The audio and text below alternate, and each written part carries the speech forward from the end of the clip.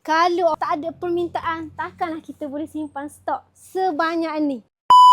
Inilah kita punya warehouse di mana kita simpan stok-stok botol untuk customer kita yang selalu repeat order dan kepada awak yang akan repeat order. Kita punya stok ni juta-juta.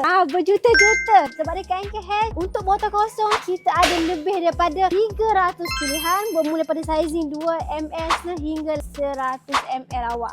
Dan untuk botol ni awak, kita ada pelbagai pilihan. Kita ada yang jenis roll on, yang jenis spray dan bentuk pelbagai design. Ada yang berwarna-warni, ada yang botol jenis clear, ada yang cat hitam dan ada juga cat yang berwarna-warni. Dan kalau awak peniaga perfume yang nak bancuh perfume sendiri, yang awak nak cari bahan mentah, bolehlah melalui NK. Sebab apa awak? Kita bagi harga yang istimewa lah untuk customer kita. Kalau awak ada pembelian secara kurang daripada satu karton ataupun 3 karton dan ke atas, even kalau awak nak order 10 karton pun kita boleh bagi harga yang termurah. Selain daripada botol kosong awak, kita juga ada parti untuk awak bancuh perfume awak sendiri. Dan parti ni pula awak, ni contoh tong parti lah. Untuk 1 kilo untuk parti tu kita ada lebih kurang 1000 pilihan wangian. Selain daripada 1 kilo, kita juga ada parti sizing 500 gram, 250 gram, 100 gram dan saiz yang paling kecil untuk awak try dulu iaitu saiz 50 gram. Untuk wangian tu kita ada lebih daripada 1000, lebih kurang 1000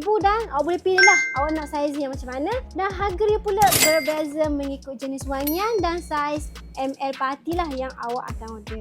Jadi yang mana-mana yang peniaga perfume, yang bancuh perfume sendiri, awak nak dapatkan bahan mentah seperti botol kosong, pelarut ataupun parti, awak boleh saja hubungi tim kita yang ada dekat NK Hash tu. Sebab kita nak bagi tu yang termurah dan harga yang special dekat awak. Kalau tak ada player, tak ada customer, kita takkan boleh bina warehouse sebesar ni. Jangan lupa dengan tagline saya, ketahanan dan keharuman wangi awak keutamaan saya. Ingat tagline saya, ingat NK Hash Perfume. Bye bye.